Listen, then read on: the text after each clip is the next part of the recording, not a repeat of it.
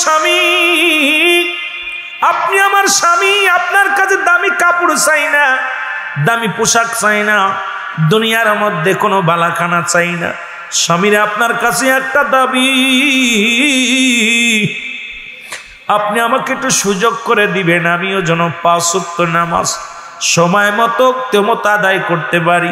আপনি রাসূলুল্লাহর হাত ধরে জান্নাতে যাবেন। স্বামী গো, আমিও যেন রাসূলুল্লাহর সঙ্গে আপনার সঙ্গে জান্নাতে যেতে পারি।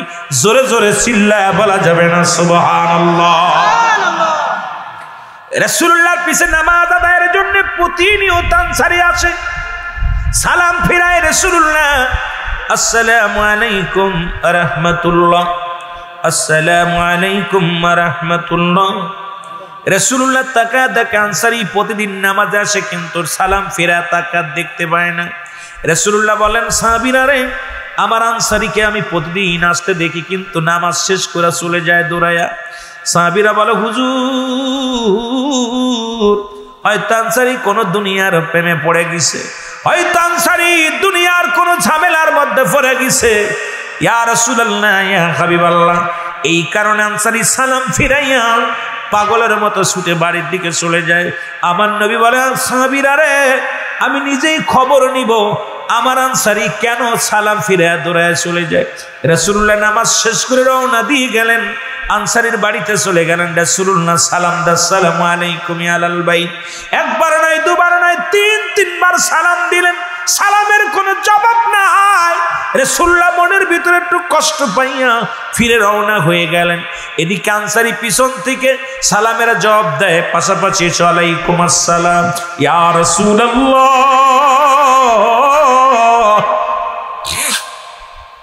ওয়ালাইকুম আসসালাম ইয়া হাবিবাল্লাহ, ওয়ালাইকুম আসসালাম ইয়া রাহমাতাল লিল আলামিন। আল্লাহর নবী বলেন, আনসারী,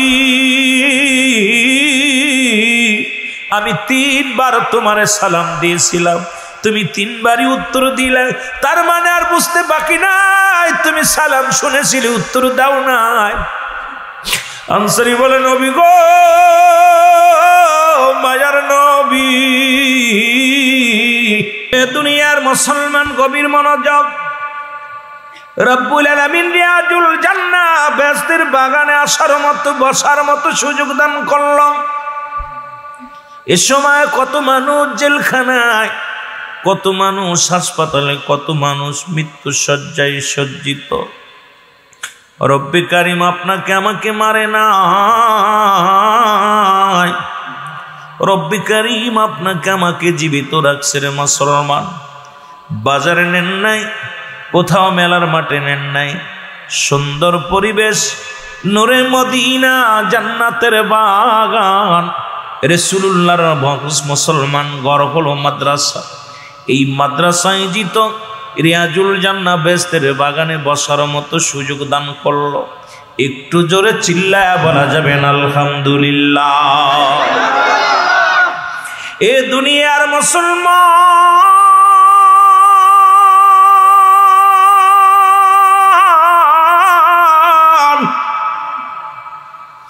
বান্দা যখন রিয়াজুল জান্নাহ বেহেশতের বাগানের দিকে রওনা হয়ে যায়, প্রতিটা কদমে কদমে রব্বে কারিম বান্দার জীবনের সগীরা গুনাহগুলো মাফ করে দেয়। কি গুনাহ? আর একটু জোরে কইতেন, সগীরা গুনাহ, ছোট ছোট গুনাহগুলো আল্লাহ মাফ করে দেয়। এ বাসা থেকে বাইর হয়েছ যুবকেরা শুনে নাও, এ আমার বাজানেরা শুনে নাও, গাজীপুরবাসী শুনে নাও, কাশিমপুরবাসী শুনে নাও, জান্নাতের বাগানের নিয়ত করে ঘর থেকে বাইর হলে প্রতিটা কদমে কদমে রব্বে কারিম আপনার জীবনের সগীরা গুনাহগুলো আল্লাহ মাফ করে দিয়েছে। জোরে বলেন মারহাবা। আমরা শুধু সগীরা গুনাহ করি নাই, পদে পদে করছি কবিরা গুনাহ, নামাজ ছেড়ে দিয়া কবিরা গুনাহ। এখন যদি বলি নামাজের ওয়াজ করলে তো মাওলানারে দেখতেই পারে না কেউ। নামাজের ওয়াজ করব কাদেরকে? করার দরকার ছিল মুসলিমদের কাছে। আজকে আমরা আলেম হইয়া, মুসলমান হইয়া, মুসলমানের কাছে নামাজের ওয়াজ করি। মুসলমান শুনে নাও, যে কথাগুলো বলি দিলের কান্ডা লাগায় শোনো। নামাজ ছেড়ে দিয়া কবিরা গুনাহ, মিথ্যা বলা কবিরা গুনাহ, বেগানা নারীর সঙ্গে দেখা দিয়া কবিরা গুনাহ। এখন গুনার কথা বলতে গেলে বড় কষ্ট হয় রে মুসলমান। ঢাকা জেলার মধ্যে এত পরিমাণ গুনাহ হয়, যাদের সঙ্গে বিয়ে করা জায়েজ তাদের সঙ্গে দেখা করা জায়েজ, যাদের সঙ্গে বিয়ে করা হারাম। মুসলমান শোনো, যাদের সঙ্গে বিয়ে করা হারাম তাদের সঙ্গে দেখা দিয়া জায়েজ, যাদের সঙ্গে বিয়ে করা জায়েজ তাদের সঙ্গে দেখা দিয়া হারাম। আজকে ঢাকা জেলার মধ্যে এই গাজীপুরের জমিনে অসংখ্য বাংলার আনাচ কানাচ থেকে কত নরনারী একত্রিত হয়েছি, কত গোনা যে করেছি রে মুসলমান। বেগানা নারী চেহারা দেখা হারাম। ভালো করে শোনেন, এই ওয়াজ যদি করি বাংলার অধিকাংশ ইমাম সাহেবের চাকরি চলে যাবে। এই ওয়াজটা যদি করি অধিকাংশ আলেমের মাদ্রাসা কলেজের চাকরি চলে যাবে। শরীয়তের বিধানের ওয়াজ যদি করা হয়, ও মুসলমান শুনে নাও, আজকে তেল মারার জন্য ইসলাম আসে নাই, ঘুষ দেওয়ার জন্য ইসলাম আসে নাই, ইসলাম সত্য বলার জন্য এসেছে। জোরে বলেন ঠিক কিনা? মুসলমান শুনে নাও, বেগানা পুরুষের চেহারা দেখা হারাম, বেগানা পুরুষের চেহারা দেখা হারাম, কবিরা গুনাহ। নামাজ ছেড়ে দেয়া কবিরা গুনাহ, মিথ্যা বলা কবিরা গুনাহ। হয়তো কাশিমপুরের মানুষগুলো ভালো মিথ্যা বলে না। ও যুবক শোনো, এই গুনাহগুলো মাফের দরকার আছে কিনা? এই গুনাহ মাফের জন্য আজকে নূরে মদিনা হাফিজিয়া দাখিল মাদ্রাসায় মাহফিল খানা হচ্ছে। আল্লামা কুতুবী রাহমাতুল্লাহ বয়ান করে, কি শুনে নেন। উনি বয়ান করে, দুনিয়ার মানুষ শোনো, আসমান থেকে জমিন পর্যন্ত যত খালি জায়গা আছে গুনাহ করে পরিপূর্ণ করে ফেলেছ। এখন বান্দা যদি জীবনের শেষ মোনাজাত, জীবনের শেষ নিয়ে জীবনের শেষ সময় মনে করে খাস তওবা করে ওই জান্নাতের বাগানখানা আঁকড়ে ধরে খাস তওবা করে আল্লাহ বলে ডাক দেয়, রব্বে কারীম ওই বান্দার জীবনের সমস্ত গুনাহগুলো মাফ করে দেয়। জোরে বলেন সুবহান। জান্নাতের বাগানে আসার কারণে সগীরা গুনাহ মাফ। বসে নিয়ত করে বসিয়া আখিরি মোনাজাতে শরীক হইয়া যাবার কারণে কবিরা গুনাহগুলো মাফ। ও মুসলমান, মানুষের মৃত্যু হয় দুইটা টাইমে, একটা হলো রাতের বেলা, একটা হলো দিনের বেলা। পৃথিবীর মধ্যে আসার একটা সিরিয়াল আছে গো, যাওয়ার কোনো সিরিয়াল নাই। দেখা যায় দাদা জিন্দা, নাতি দুনিয়ার মধ্যে নেই, বাবা জিন্দা, সন্তান দুনিয়ার মধ্যে নেই। সন্তানের লাশ বাবার কাঁদে রে, বাবার লাশ সন্তানের কাঁদে। এই পৃথিবীর মধ্যে লাশ বাই ব্যক্তি জানে লাশটা কত ভারী। ও দুনিয়ার মানুষ শুনে নাও, রব্বে কারীম কখন যেন আপনাকে আমাকে নিয়ে যাবে দুনিয়া থেকে। ও রব্বে কারীম, আজকের মাহফিলের খাতিরে আমাদের গুনাহগুলো মাফ করে দিও। জোরে বলো না আমিন। এ দুনিয়ার মুসলমান শুনে নাও, মানুষের তিনটা বিপদ। নাম্বার 1 হলো মানুষের মরণ, নাম্বার 2 হলো কবর, নাম্বার 3 হলো কিয়ামতের ময়দান।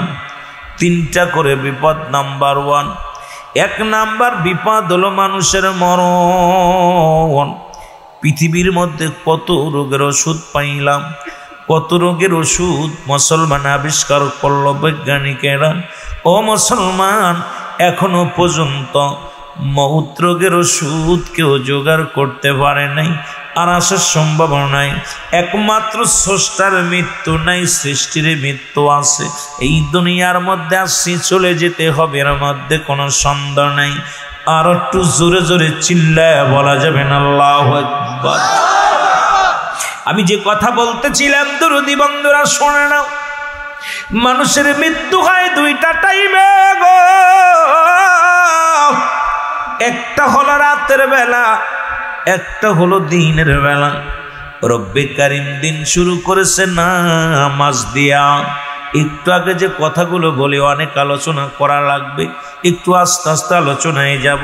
সে আমার বাচ্চারা সুন্দর মুসলমান জি সুন্দরভাবে আজকে সুন্দর গজল, সুন্দর নাম, সুন্দর মুসলমান কবিতা, সুন্দরভাবে জানাজার নামাজ, সুন্দরভাবে দোয়া কালাম পড়ানোর পরে তাদের বিষয়েও কথা বলবো, আস্তে আস্তে আলোচনার মধ্যে যাই। ও যুবক, বলতেছিলাম দুটি টাইমে মরণ হয়। আল্লাহ রাব্বুল আলামিন রাত শুরু করেছে নামাজ দিয়া, দিনও শুরু করেছে নামাজ দিয়া। যারা আজকে কাশিমপুর থানার মধ্যে আছেন, যারা আজকে গাজীপুরের মধ্যে আছেন, যুবক বাজানরা শুনে নেন, রব্বে কারিমের এই দিন শুরু করবেন, রব্বে কারিমের গোলামি না করে কেমনে শুরু করবেন? ও মুসলমান শোনো, দিনের শুরু হলো মুসলমান ফজর।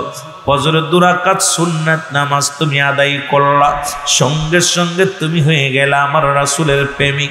এখন মুখে মুখে বলো আমি সুন্নি, মুখের দাড়িগুলো প্রতিদিন শেভ করো, মুখে মুখে বলো আমি সুন্নি, সুন্নাত তরিকার মধ্যে চলো না। সুন্নি বইলা বড় বড় ফালাফালি করো, রাসূলের সুন্নাত তরিকার মধ্যে তুমি নাই রে মুসলমান। শুনে নাও, এবার 2 রাকাত ফরজ নামাজ তুমি আদায় করলা। ও বান্দা, তুমি সঙ্গে সঙ্গে গেলা মাওলার গোলাম।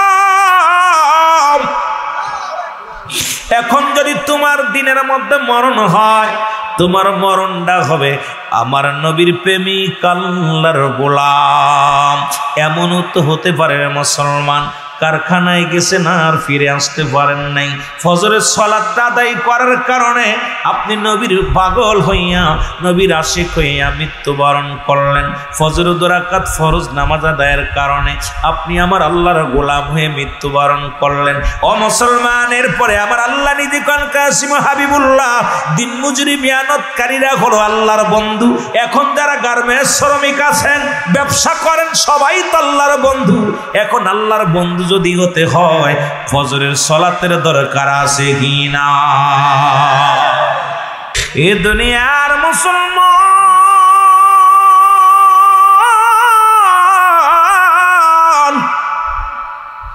যে কথা বলতেছিলাম দিলের কান্ডা লাগা শোনো। দিনের মধ্যে মরণ হয় নাই, রাতে মরণ হবে, এর মধ্যে কোনো সন্দেহ নাই। কত মানুষ রাতের অন্ধকারে ঘুমায় গেছে আর ওঠে নাই। সকালবেলা সন্তান ডাক দেয় আব্বু, আব্বুর ঘুম ভাঙে নাই। স্ত্রী ডাক দেয় স্বামী ওঠো, ওঠে নাই আর ঘুম ভাঙে নাই। ছেলে মেয়ে কান্নাকাটি করে লাগে রে মুসলমান। কত মানুষ নামাজগত অবস্থায় মারা যায়, কত মানুষ মুসলমান গমের ঘরে মারা যায়। রব্বে কারিম দিনের মধ্যে মরণ দেয় না, রাতের মধ্যে মরণ দিবে, এর মধ্যে কোনো সন্দেহ নাই। রাতের শুরু হলো মুসলমান মাগরিব। বান্দারে 3 রাকাত ফরজ নামাজ তুমি আদায় করলাম, সঙ্গে সঙ্গে তুমি হয়ে গেলে আমার আল্লাহর গোলাম। সারাদিন ভরে অক্সিজেন নিলাম, তার জমিনের মধ্যে দৌড়াইলাম, আলো বাতাস গ্রহণ করলাম, কত কি তুমি গ্রহণ করলা বান্দা। এই জন্য আল্লাহ কয় বান্দা রাত শুরু করছি, আগে আমার গোলামি কর। বেলা ডুইবা গেছে, তাড়াতাড়ি আমার প্রশংসা কর, আমার শুকরিয়া আদায় কর, আমার গোলামি কর। বান্দা 3 রাকাত ফরজ নামাজ আদায় করলো, সঙ্গে সঙ্গে সে হয়ে গেল আমার আল্লাহর গোলাম। এবার বান্দা 2 রাকাত সুন্নাত নামাজ আদায় করলাম, সঙ্গে সঙ্গে হয়ে গেল আমার রাসূলের প্রেমিক। এখন যদি দিনে রাতের মধ্যে যদি মরণ হয়, তোমার মরণটা হবে রে বান্দা, তোমার মরণটা হবে আমার নবীর প্রেমিক আল্লাহর গোলাম। এই 5 ওয়াক্ত নামাজ 24টা ঘন্টার মধ্যে, ও শ্রমিক ভাইরা শুনে নাও, এ মুসলমান কারখানার মালিকেরা শুনে নাও, একটু সুযোগ দাও, আমার ভাইদের সুযোগ দাও, বোনদের সুযোগ দাও। 24টা ঘন্টার মধ্যে 5 ওয়াক্ত সালাত আদায় করতে 1 ঘন্টা সময় লাগে না। এই 24 ঘন্টার মধ্যে 5 ওয়াক্ত নামাজ আদায় করতে 1 ঘন্টা লাগে না। 1 ঘন্টা দিয়ে দাও আমার মৌলারে, তুমি 23টা ঘন্টা তোমার। আমি শ্রমিক ভাইদেরও বলে যাই, মাছের মালিকানা ভাই মালিকদেরকেও বলে যায়, তোমার শ্রমিকদেরকে তুমি দিয়ে দাও।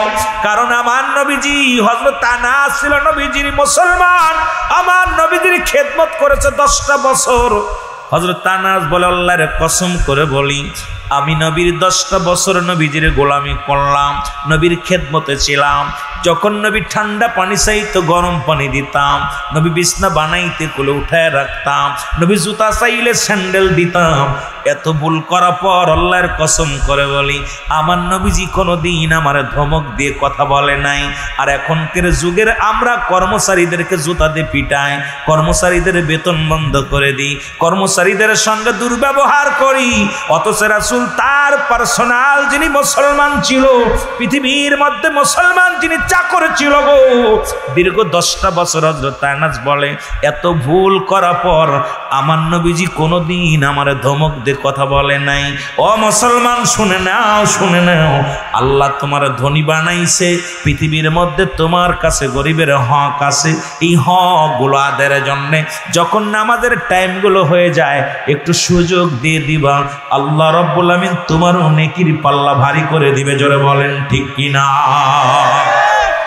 রাসূলুল্লাহ বললেন, সাহাবীরা যদি কোনো ব্যক্তি 5 ওয়াক্ত সালাত 5 ওয়াক্ত নামাজ সময় মতো ওক্ত মতো আদায় করতে পারে, আমি নবী কথা দিলাম, আমি নবী ইয়াউমুল কিয়ামতের ময়দানে আমি নবী তার হাত ধরে জান্নাতে নিয়ে যাব। জোরে বলেন মারহাবা।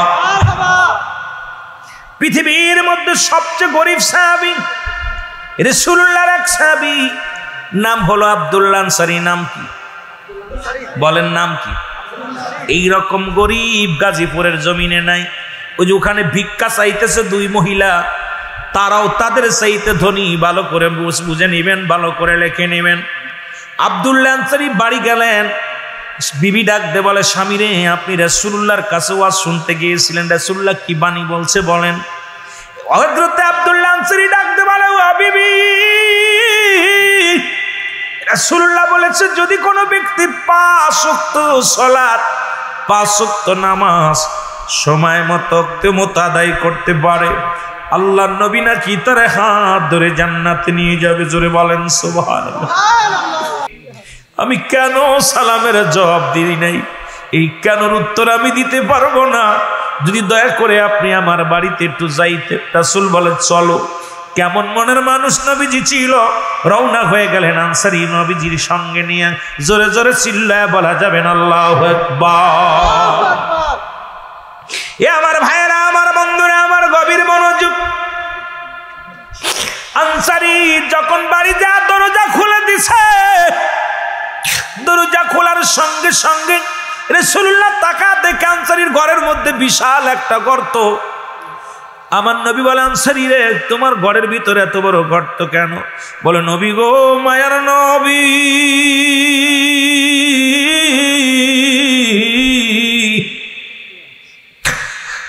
আপনি আমাকে আমি যখন সালাম দিয়েছিলাম তখন আমি উলঙ্গ অবস্থায় গর্তের মধ্যে বয়াছিলাম।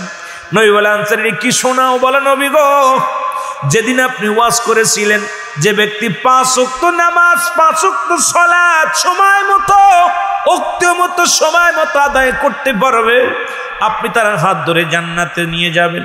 এই ওয়াজটা আমি বাড়ি যাই আমার বিবিরে জানাই।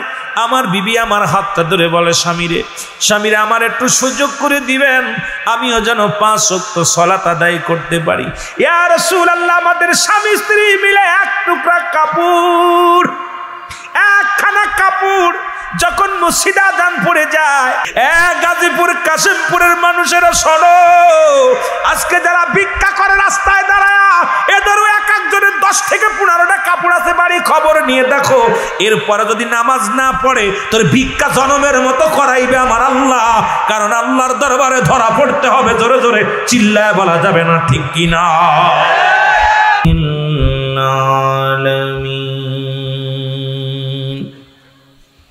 জি, যেখানে আছেন মহব্বতের সাথে রাসূলুল্লাহর উপরে দরুদ পড়েন। আল্লাহুম্মা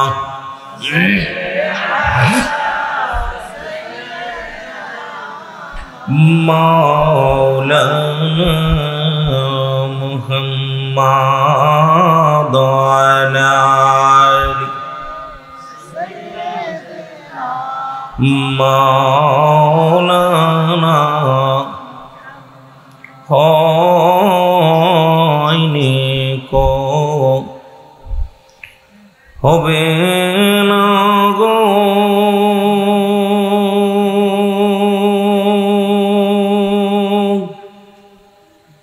এমন সজন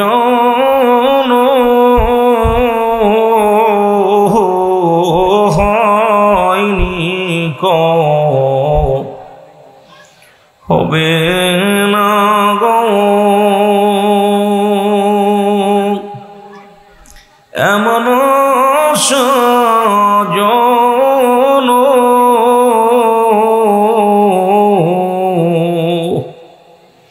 সারা জীবন কাঁদলেন নবীজি পাপী উম্মতির জন্য আল্লাহুম্মা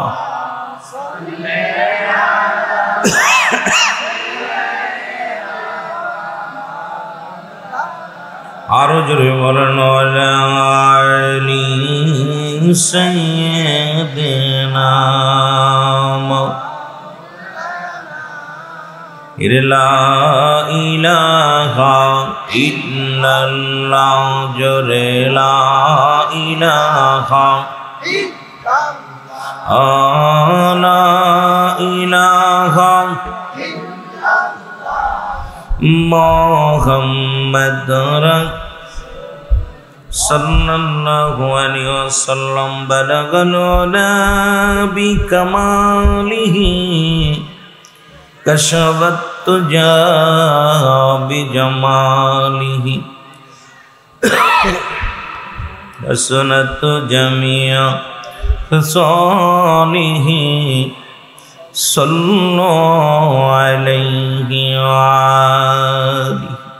আলহামদুলিল্লাহ, নূরে মদিনা সুন্নিয়া হাফিজিয়া দাখিল মাদ্রাসা হাফেজ ছাত্রদের দস্তরবন্দি বা পাগড়ি উপর পাকবন্দি, যিনি পাগড়ি মাথায় দেওয়া উপলক্ষে পঞ্চম বাৎসরিক ওয়াজ ও মাহফিল, রব্বে করিম আজকের এই মাহফিলে আসার মতো বসার মতো সুযোগ দান করল। উচ্চ কণ্ঠে আওয়াজ দিয়ে বলেন আলহামদুলিল্লাহ। আজকের এই মাহফিল থেকে সালাম ও কদম মুসি জানাই কুল কায়নাতের নবী, নবীদের নবী, রাহমাতাল লিল আলামিনের পুত পবিত্র কদম মোবারকে। সালাম ও কদম মুসি জানাই বাংলাদেশের অসংখ্য হক্কানি ওলি আল্লাহদের কদম মোবারকে, যাদের কথা আল্লাহ তাআলা কুরআনুল কারীমের মধ্যে সূরা ইউনূসের মধ্যে 11 নম্বর পরা 62 নম্বর আয়াত আল্লাহ নিজেই ঘোষণা করে আলা শব্দান ইন্নানি চালা ইন্নাউল্লাহি, আল্লাহ তরফ থেকে যারা ওলি হয়, লা নাই খৌফুন শব্দের অর্থ ভয়, ওলা যদি অবস্থান করে হুমাদুর করে হেজানুন, তাদের কোনো চিন্তা নাই ভাবনা নাই।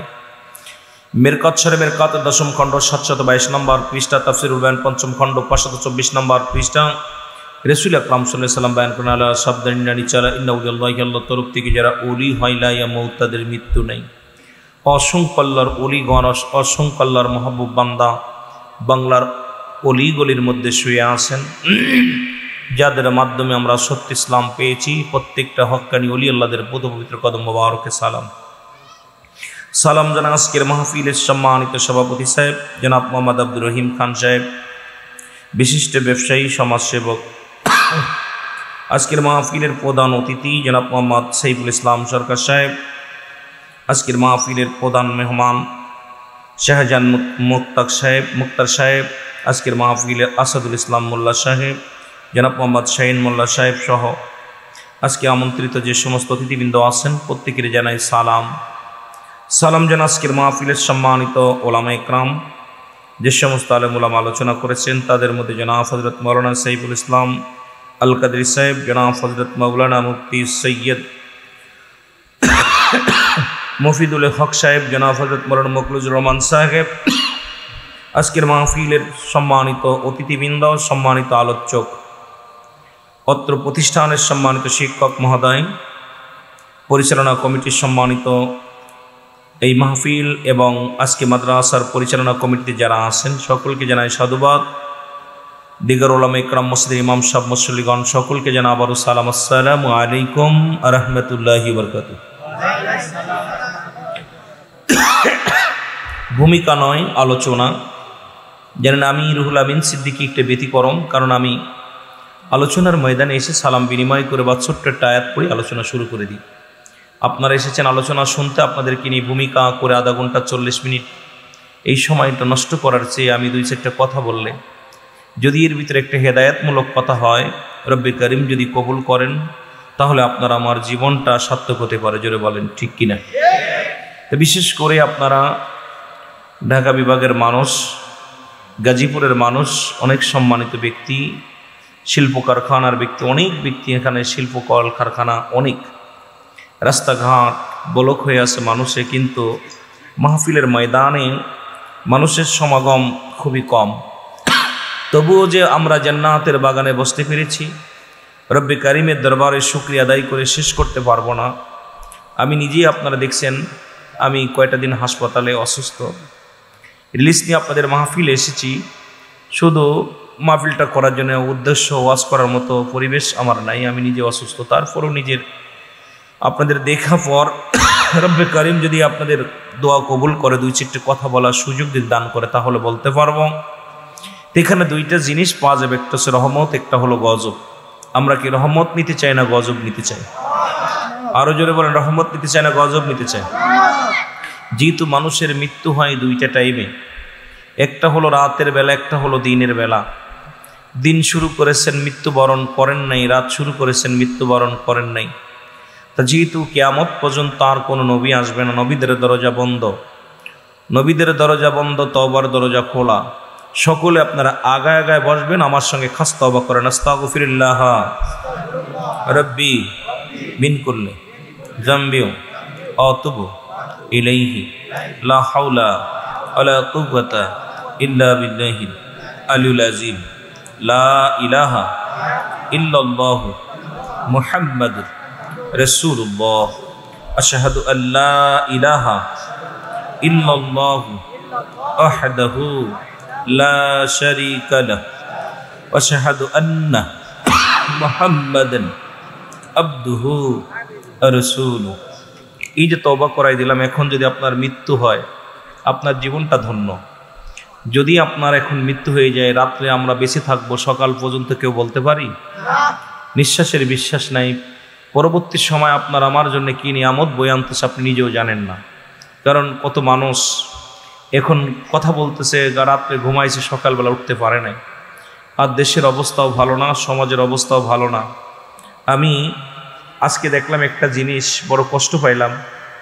রাজশাহীর জমিতে, যার জমিনে সন্তানের অত্যাচারে 2টা ছেলে 2টা মেয়ে, স্ত্রী মারা গেছে 8 মাস আগে।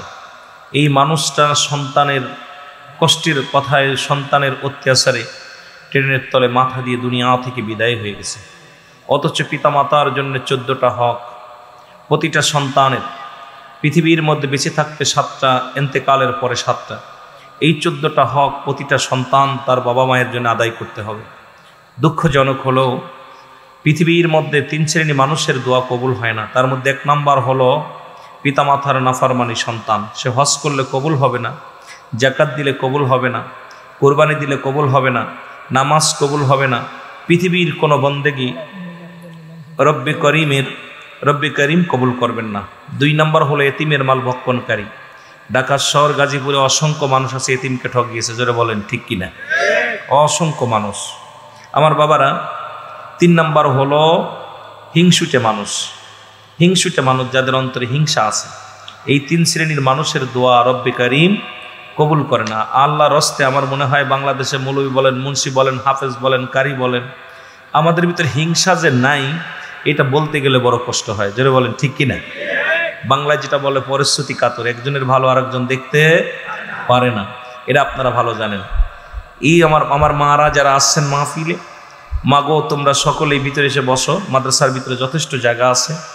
ঢাকা শহর অনেক মা বোনের আপনারা গার্মেন্টসে চাকরি করেন, কিন্তু মরণের একবার চিন্তা করবেন। যেভাবে চলাফেরা করেন, যদিও আপনারা পেটের তাগিদে, রিজিকের তাগিদে কষ্ট করেন, কিন্তু যেভাবে চলাফেরা করেন নিজেকে একটু হেফাজত করে চলুন। কারণ এই জীবন জীবন নয়, এমন একটা জীবন আসবে যে দেশে গেলে মানুষের বিচার হবে, যে দেশে গেলে হিসাব হবে, সে দেশে কিন্তু এটা দেখবে না। এই জন্য আমার মারা যারা আছেন, আমার বোনেরা যারা আছেন, দয়া করে যেতটুকু পারেন পর্দার মধ্যে থাকার চেষ্টা করবেন। যেটা বলেন ঠিক কিনা? মহব্বতের সঙ্গে দুরূদ শরীফ পড়েন আল্লাহুম্মা। নূরে মদিনা আজকের এই মাহফিল খানা, এই কমিটিকে সাধুবাদ জানানোর দরকার যে আপনাদের একটা সুযোগ দিছে, গুনাহ মাফের একটা সুযোগ। কি ভাই কষ্ট পাচ্ছেন? যদি রাত্রে মারা যায়, আজকে যারা বসেছি খাস তওবা করবে, খান থেকে তওবা করে আল্লাহর কাছে কানবা, আল্লাহ আমার জীবনের শেষ গুনাহ, আল্লাহ শেষ মাহফিল, আর জীবনে বসতে পারবো না। রব্বে কারিম গো, তুমি ছাড়া, তুমি তো সহায়, আমরা অসহায়, তুমি ছাড়া, তুমি সবল, আমি দুর্বল, তুমি ছাড়া আমার কেউ নাই, আমার মাফ করে দাও। বান্দা মাফ চাইতে দেরি, ক্ষমা করতে রব্বে কারিম দেরি নেই। তাহলে এই কাশেমপুরের জমিনটা ধন্য আজকের মাহফিল হওয়ার কারণে। শুধু বাড়ি থেকে রওনা দেওয়ার কারণে সগীরা গুনাহ মাফ, এখানে বসে আপনি গুনাহগুলো, কবিরা গুনাহগুলো মাফের একটা সুযোগ পাচ্ছেন। এখন আশা ভালো না আশা ভালো? যারা আইছে তাদের লাভ না লস? আরো জোরে বলেন। বুঝবো, এই যে ব্যবসা হচ্ছে, পেঁয়াজির বাজার একবার 800 থেকে এখন 1800, ঠিক কিনা? এখন এইটা লাভ, এইটা খুব ঝুঁকে পড়ছে ওর দিকে, যে এর ব্যবসায় লাভ, দুনিয়ার মধ্যে এটার দিকে ঝুঁকে যাচ্ছে। কিন্তু এই ব্যবসা যত জান্নাতের বাগানে আসবেন ততই লাভ, যত বেশি বেশি করে বসতে পারবেন ততই আপনার জীবনটা সাকসেস। এটা নগদ পাওয়া যাচ্ছে না মনে হচ্ছে, কিন্তু এর উপরে ফজিলাতপূর্ণ জায়গার হতে পারেন। এটা রিয়াজুল জান্নাহ, বেহেশতের বাগান। আগে হলো বেহেশত, তারপরে হলো বাগান। আম গাছ, জাম গাছ, যত গাছের পরিচয়, আগে ফলের পরিচয়, গাছের চিনা পরিচয় কি? আম গাছ আগে আম, তারপরে গাছ। কাঁঠাল গাছ আগে কাঁঠাল, তারপরে গাছ। জাম গাছ আগে জাম, তারপরে গাছ। প্রতিটা ফলের গুণে গাছের পরিচয়। তদ্রূপ এটা রিয়াজুল জান্নাহ, বেহেশতের বাগান। আগে বেহেশত, তারপরে বাগান। আর বেহেশতের বাগানে যায় কারা? জাহান্নামীরা। কারা যায়? আরো জোরে বলেন না। জান্নাতীরা। এই জান্নাতীরা তারা সদা সর্বদাই ছোটে জান্নাতের শুভ সংবাদ শোনার সঙ্গে সঙ্গে পাগলগুলোর খানা থাকে না, গম থাকে না, হার থাকে না, নিদ্রা থাকে না। পাগলগুলো ছোটে একটু নেকির জন্য। আল্লাহ আমাকে মাফ করে দিও। আজকের এই মিলন মেলায় আসছি, মাদ্রাসার মাহফিলে, নূরে মদিনা মাদ্রাসায় থেকে যেন আল্লাহ আমাদেরকে সকলকে ক্ষমা করে। জোরে বলুন আমিন। এই জন্য আমি শুরু থেকেই তওবা করাই দিয়ে আলোচনার মধ্যে ডুব দিছি। মহব্বতের সঙ্গে দুরূদ শরীফ পড়েন আল্লাহুম্মা।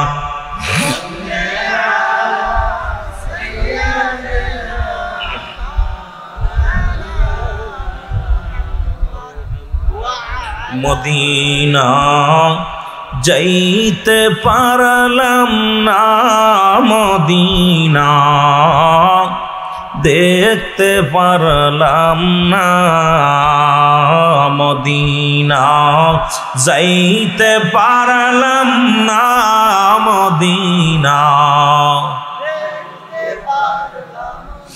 আমি অসহায় তাই এত দূরে রই, আমি অসহায় তাই এত দূরে রই, শুধুই সালাম জানা থেকে সালাম জানাই, মদিনা যাইতে পারলাম না, মদিনা। আরো জোরে বলেন, মদিনা যাইতে পারলাম না, মদিনা। মদিনার নাম কত সুন্দর,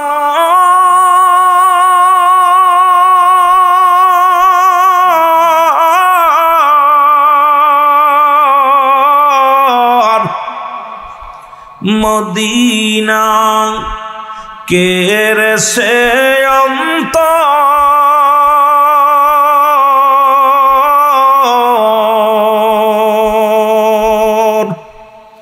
এই কাশিমপুরবাসীর সালাম খানি, গাজীপুরবাসীর সালাম খানি, পৌঁছাই দিও মদিনায় মদিনা যাইতে পারলাম না মদিনা না মদিনা যাইতে পারলাম না মদিনা আমি অসহায় তাই এত দূরে রই আমি অসহায় তাই শুধুই সালাম জানাই শুধু দূর থেকে সালাম জানাই মদিনা যাইতে পারলাম না মদিনা মদিনা নাম কত মধু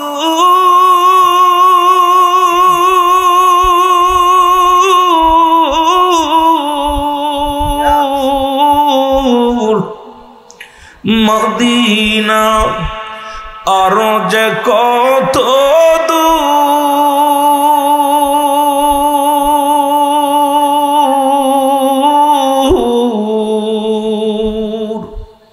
ওই মদিনার পথের ধুলি ওই মদিনার মাখতে পারলাম না মদিনা ও মদিনা দেখতে পারলাম না মদিনা যাইতে পারলাম না মদিনা আমি অসহায় তাই এত দূরে রই আমি অসহায় তাই দূর থেকে সালাম জানাই মদিনা না মদিনা দেখতে পারলাম না মদিনা এ দুনিয়ার মুসলমান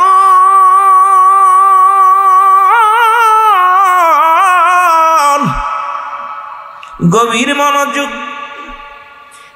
এই কারখানার বাবারা শোন আমার মতো মৌলবীর আল্লাহ বন্ধুকে ডাকে না ডাকছে যারা দিন মজুরি যারা মেহনত করে শ্রমিকদেরকে ডাক দিছে আল্লাহ আল্লাহ ডাইরেক্ট ডাক দিছে একদম স্পষ্ট ওরা আমার বন্ধু কারা বন্ধু শ্রমিকরা সুবহানাল্লাহ বলেন না আর একটু জোরে বলেন না খুশি হন নাই যারা এসির মধ্যে ঘুমায় থাকে বড় লোকরা বাড়ির মালিক ওরা আল্লাহর বন্ধু হইতে পারবো আল্লাহ কয় যারা ঘাম ঝরায় যারা মেহনত করে কষ্ট করে প্রতিটা শ্রমিক আমার বন্ধু সুবহানাল্লাহ বলেন না আর এই বন্ধুগুলো যদি আল্লাহর গোলামি করতে পারে হাসতে হাসতে নাজাত পাবে আরো জোরে আরো জোরে আল্লাহ বলেন এই বন্ধুদের জন্য আমি প্রস্তুতি করে রাখলাম আল্লাহ বলেন বিসমিল্লাহির রাহমানির রহিম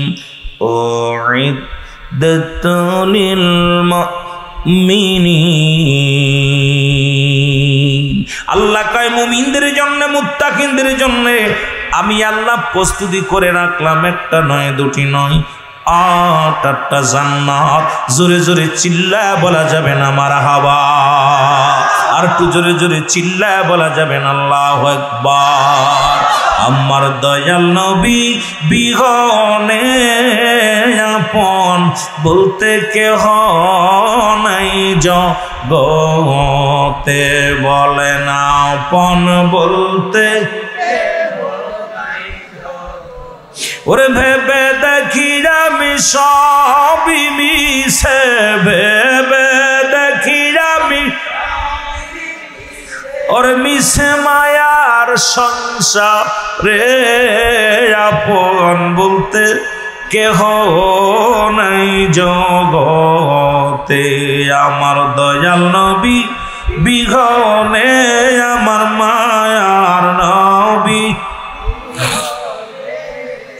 আপন বলতে কেহ নাই জগতে বলেন আপন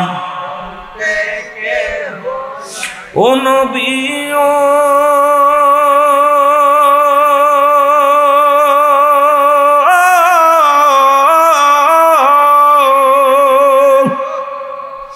এই কাশিমপুরের আশিকেরা হইয়া যে দিওয়ানা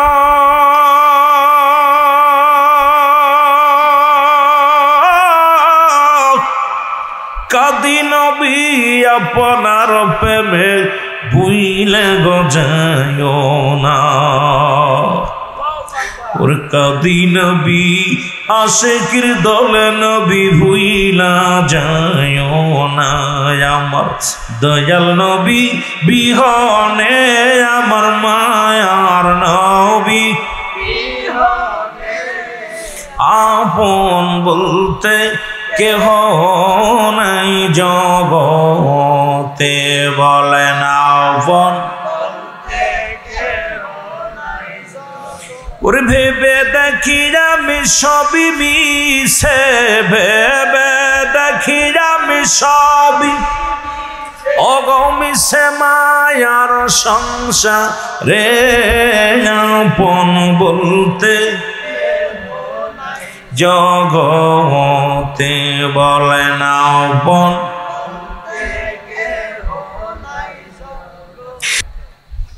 24টা ঘন্টার মধ্যে আপনি দেখেন ফজরে 2 রাকাত ফরজ, জোহরে 4 রাকাত ফরজ, আপনার আসরে 4 রাকাত ফরজ, মাগরিবে 3 রাকাত ফরজ, ইশায় 4 রাকাত ফরজ।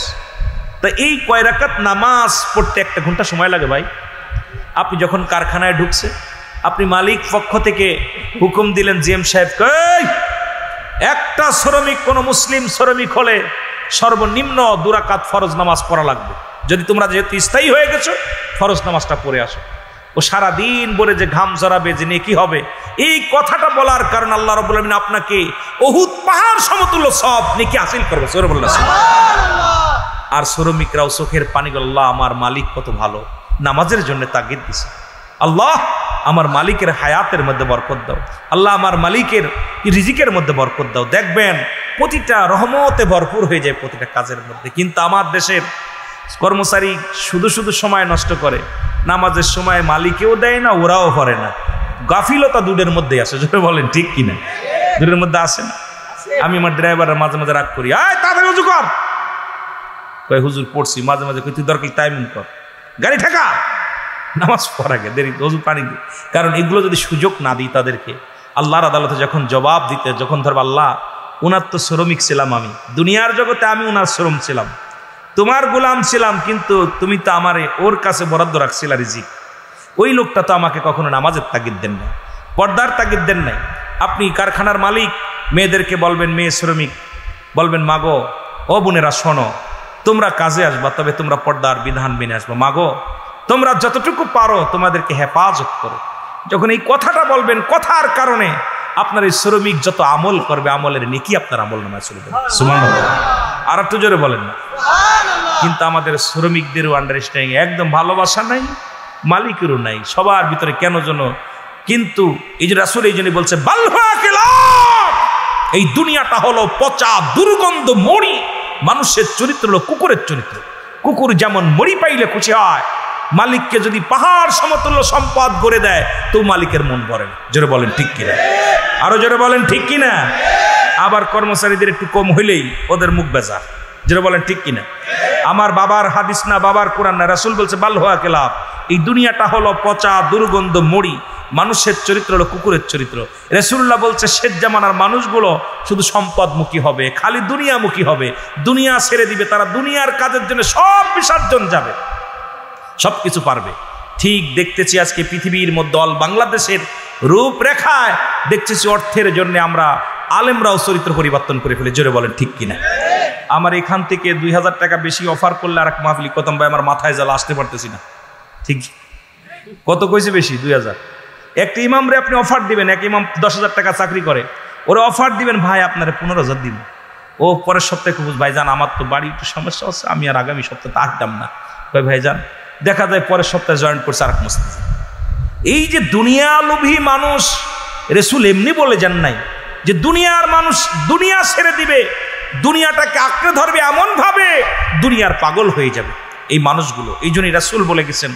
রাসূলের কাছে এক সাহাবী এসে বলে, ইয়া রাসূলুল্লাহ, ইয়া হাবিবাল্লাহ, আমি একটা আশ্চর্যজনক দেখলাম একটা জিনিস। নবীজি বলেন, কি দেখলা? বলে, হুজুর দেখলাম একটা পাখির গায়ে লেখা আছে কালেমা লা ইলাহা ইল্লাল্লাহু মুহাম্মাদুর রাসূলুল্লাহ সাল্লাল্লাহু আলাইহি ওয়াসাল্লাম। নবীজি কোনো কথা বলেন না, একবার নয়, দুবার না, তিনবার বললেন। কয়বার? নবী রাসূলুল্লাহ কিছু বলেন না।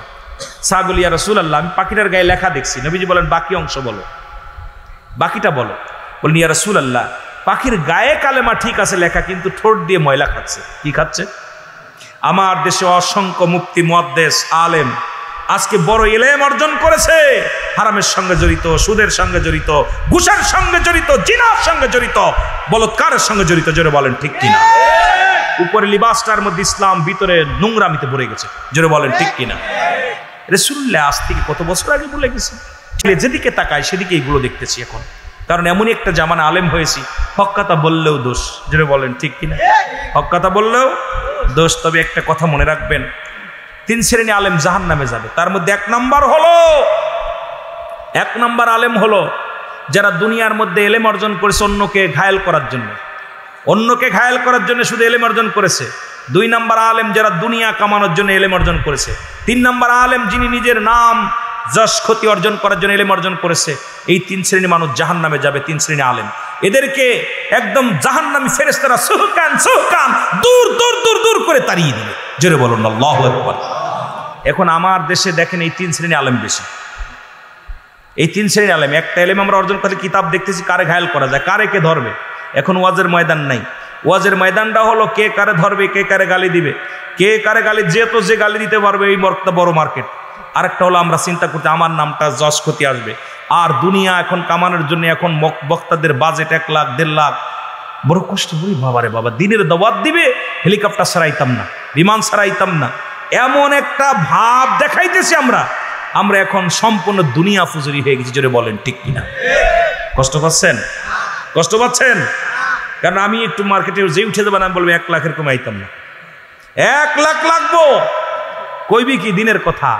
আজকে আলেমদেরকে দিয়া সমাজ পরিবর্তন করব, সেই আলেমদেরকে ভূতে ধরছে, এদেরকে দিয়া সম্ভব না। একটু এত কষ্টের মধ্যে আছে, এই কথাগুলো বলতে গেলেই বড় কষ্ট হয়। কথাগুলো বললেই আগামীকাল আমার অনেক আলেম আমার বিরোধিতা করবে। তবে একটা কথা আমি আপনাদেরকে বলে যাই, সব সময় সত্যের পথে চলেন, সব সময় সত্যের পথে চলেন। কারণ এ জীবন নয়, এমন একটা জীবন আসবে, সে দেশে গেলে বিচার হবে কুল্লু মান আলাইহা ফান। সব শেষ করে দিবে কে? আরো যারা বলেন কে? আল্লাহ। মনে রাখবেন, সবকিছু শেষ করে দিবে। এ দুনিয়ার মুসলমান শোনো না, যে কথা বলতেছিলাম,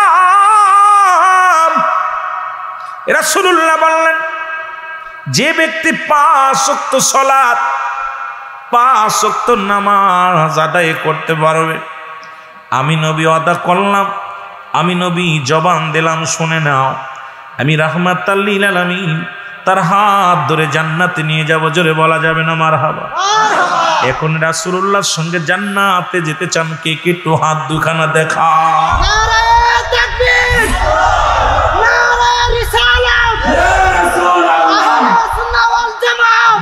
এই আমার মনের জল্পনা কল্পনা, নবী যাব আমি সোনার মদিনা। বলো যাব আমি সোনার মদিনায়, বলো যাব আমি সোনার মদিনায়। আমার মনের জল্পনা কল্পনা, নবী যাব আমি সোনার মদিনায়। এর নবীজিকে ভালোবাসি, মনটাই আমার অনেক খুশি। নবীজিকে ভালোবাসি, মনটাই আমার অনেক, ওরে নবীজিকে ভালোবাসি, মনটাই আমার অনেক, ওরে নবীজিকে ভালোবেসে তৃপ্তি মেটে না।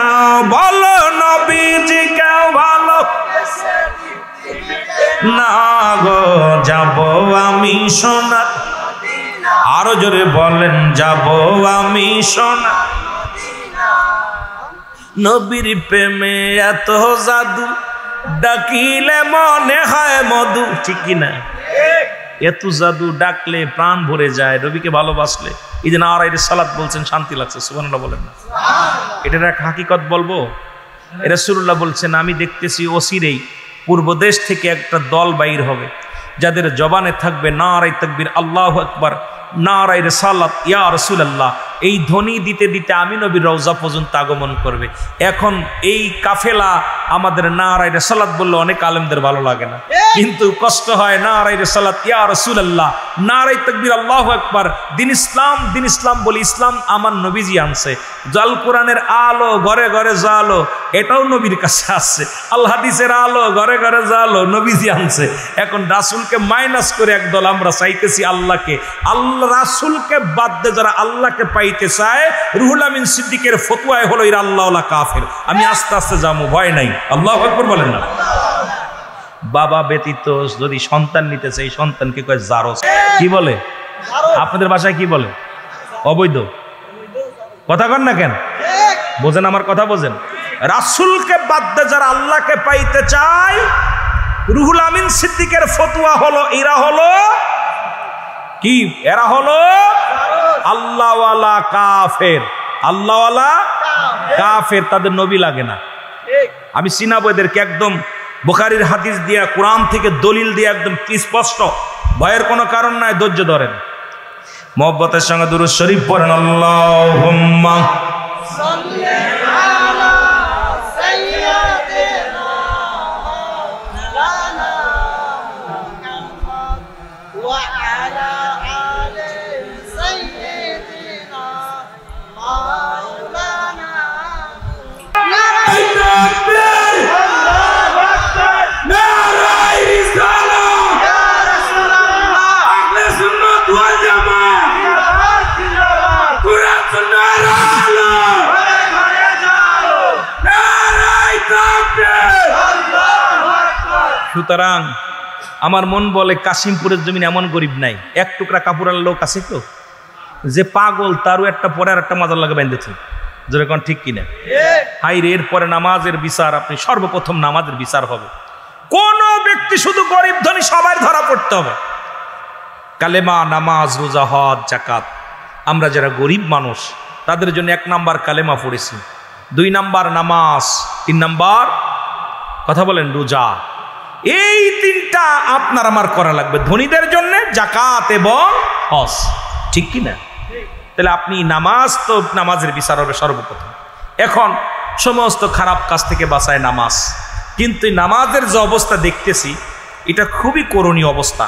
আপনার রমজান মাস যা পরে, এখন মুসল্লিদের সংখ্যা কমছে। বাজার কেন্দ্রিক যে মসজিদগুলো আছে, আপনার মাগরিবের রক্ত আর আসরের রক্ত লোক দেখা যায়, ফজর রক্তে মাশাআল্লাহ। ঠিক হন? হয়তো আপনাদের এলাকা তো এখন, এটা তো একদম ঢাকা বিভাগের মানুষ, গাজীপুর ইনশাল্লাহ যে এলাকায় বাস করে, মসজিদ যে এলাকা আছে 2-3 তলা এমনি ভরে যায়, মহল্লার চারিপাশে মুসল্লি আছে।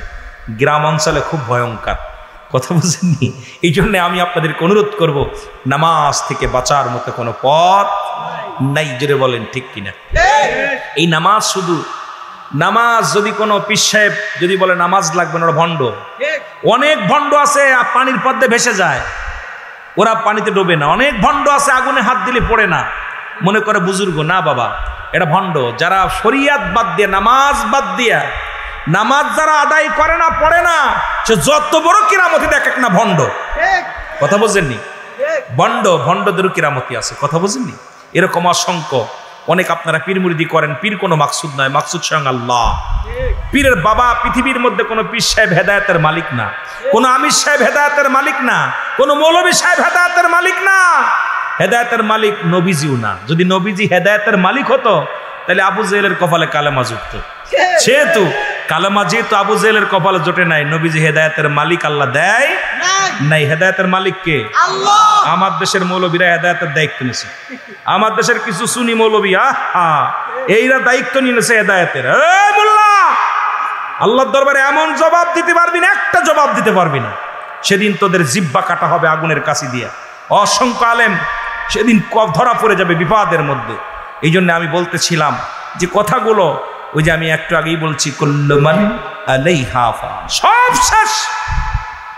জমিনটা আমি রাখবো না, এই জমিনটা আমি চূর্ণ বিচ্ছিন্ন করে দিব। এই জমিনের মধ্যে যা কিছু আছে সব কিছু আমি আল্লাহ চূর্ণ বিচ্ছিন্ন করে দিব। এই মাটিগুলো পুরায় আমি তামা বানায়া দিব। এই জমিনের পানিগুলো পুরায় আমি ছাই বানায়া দিব। যেদিন কিচ্ছু বলতে কিচ্ছু থাকবে না, সেদিন থাকবো শুধু আমি আল্লাহ, আমি থাকবো আমার রাসূলুল্লাহর প্রেম নিয়ে। ও বান্দা, কার জন্য সুদ খাও, কার জন্য ঘুষ খাও, কার জন্য তুমি জিনা ব্যভিচার করো? এই দুনিয়ার সম্পদ খাবে লোকে, তোমার দেহ খাবে পোকে। জোরে বলেন ঠিক কিনা? এত বাড়ি গাড়ি করে ছুঁয়ে যাচ্ছ, খাবে কে? ছেলে বাগাবাগি করে সরকার নিয়ে যাবে। যদি ছেলে মেয়ে না থাকে, নাতিপুতি না থাকে, সরকার বহন করবে। কিন্তু আপনার বডির ভাগ, আপনি বিবিরে যায় রাত্রে বলবেন, বিবি আমি আজকে নামাজ পড়ি না, এই গুনাহটার ভাগ তুমি নাও। বউ কবে খবরদার, এই কথা একবার মুখ দানবি না। কথা বুঝছেননি? কিন্তু যারা পৃথিবীর ছেলে ভাগ নেবে না, মেয়ে ভাগ নেবে না, আপনার পাপের ভাগ, পৃথিবীর কেউ আপনার পাপের ভাগটা নিবে না, কিন্তু আপনার গুনার ভাগটা কেউ নিবে না, সম্পদের ভাগ সবাই নিবে। যেটা বলেন ঠিক কিনা? বিবি কয় আমার দিয়ে যাও, মরার আগে না দিলে কয় বড়া ফোড়া মরছে, আমারও মেরে গেছে। যেরকম ঠিক। ছেলে কয় মরছে না, মেরে গেছে। ব্রাহ্মণবাড়িয়া দেখছেন? ব্রাহ্মণবাড়িয়া বিশাল অফিসার, ব্যাংকের ম্যানেজার, উনি মরে যাওয়ার পর 3 দিন ছিল, ওই জানাজায় আমি গিয়েছিলাম, 3 দিন ছিল পড়ে ঘরের সামনে, ছেলে মেয়েরা গ্রহণ করে নাই। ছেলের বড় ছেলে বলছে মেজর ছেলে, 2 ছেলের এক ছেলেও রাজি হয় নাই। কথা বুঝিনি? বসেন। এক ছেলেও নেয়নি। 3 দিন পরে গাড়িতে বসে থাকতে গাড়ি থেকে সারা গ্রামের ছেলেরা ছাড়াই নিছে। গ্রামের মানুষ টাকা দিয়ে গাড়ি ছাড়ছে। ছেলে বলে আমার জায়গা আব্বারে মাটি দিব না। বড় ছেলেকে আমার জায়গা মাটি দিব না। 2 ছেলে বলতেছে আমার আব্বা জমি বিক্রি করে পেনশনের টাকা আমার বোনে গেছে, বোনেরা নিয়ে যাক। তো পৃথিবীর মধ্যে তোমার মাটি দেওয়ার জায়গা হয় না। গতকালকে দেখছেন রাজশাহীর জমিনে যে আপনার সন্তান তাকে বাবাকে মারছে, বাবা সন্তানের আঘাত সহ্য না করতে পেরে, আল্লাহর কসম পিতামাতার নাফরমানি সন্তান কোনোদিন জান্নাতে যাবে না। আল্লাহ আমাদের কবুল করুক জান্নাতি। আল্লাহ যেন দুনিয়ার মধ্যে মা বাবার খেদমত করতে পারে, সকলে বলেন আমিন। আকাশের অবস্থা ভালো না, আমাকে একটু সংকেত দিছে। এই জন্য যেহেতু মাদ্রাসা কেন্দ্রিক মাহফিল, যদি সুযোগ হয় আপনাদেরকে আমি আলোচনা শোনাবো, ভয়ের কারণ নাই। আমার আজকে মাহফিলও নাই, আমি অসুস্থ থাকার পরেও আমার ভাইয়েরা আছেন, বসেন ভাইজান বসেন। এই মাহফিলটাই মাদ্রাসা কেন্দ্রিক মাহফিল। মাদ্রাসায় ছাত্ররা লেখাপড়া করে, একটা হরফ ফেললে 10টা নেকি। কয়টা নেকি?